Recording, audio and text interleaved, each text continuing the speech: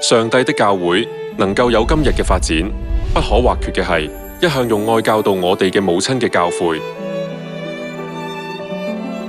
母親教導我哋要愛人如己，以溫暖嘅目光看待世界。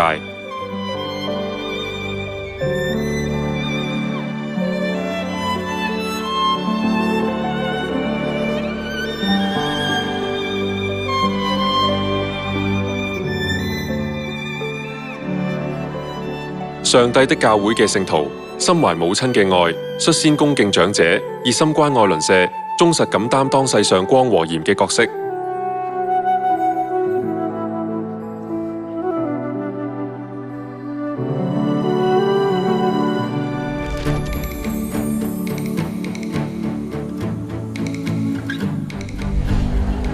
深深銘刻喺所有聖徒心中嘅母親的教誨，唔單止令教會更加美麗，亦係令靈魂健康嘅屬靈糧食同指南。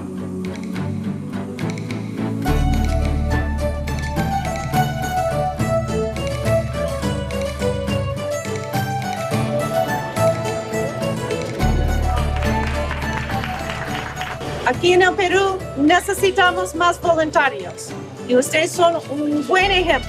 Y gracias por responder como una iglesia bien organizada, con una linda misión. Muchas gracias.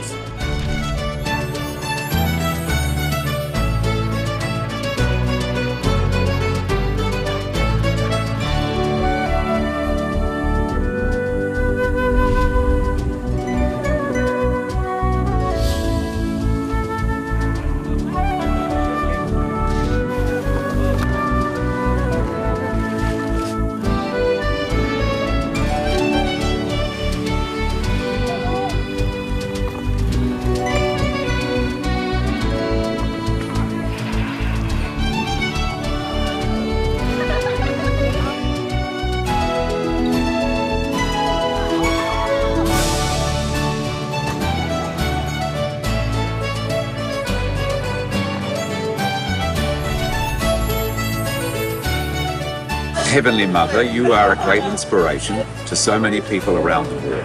That the greatest strength of all, the greatest gift that we can give is love to one another. And that you have inspired this is a great gift to give to us as well. And I thank you. If all the young people in the world were like these Church of God volunteers, we'd have no problems. Thank you.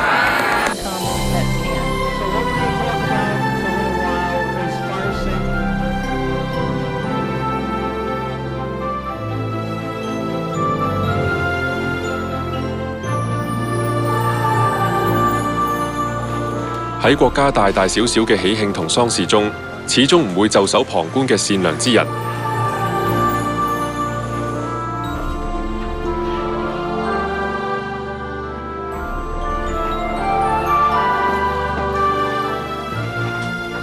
佢哋就係感動海外聖徒、感動世界嘅上帝的教會嘅聖徒。 Estoy muy agradecida con todos los hermanos de la Iglesia de Dios por el ánimo, por el trabajo y por el apoyo que nos han dado para limpiar el desastre que ha causado el Hualco. More kids were like you guys. I'm serious. This would be a wonderful place, wouldn't it? Thank you.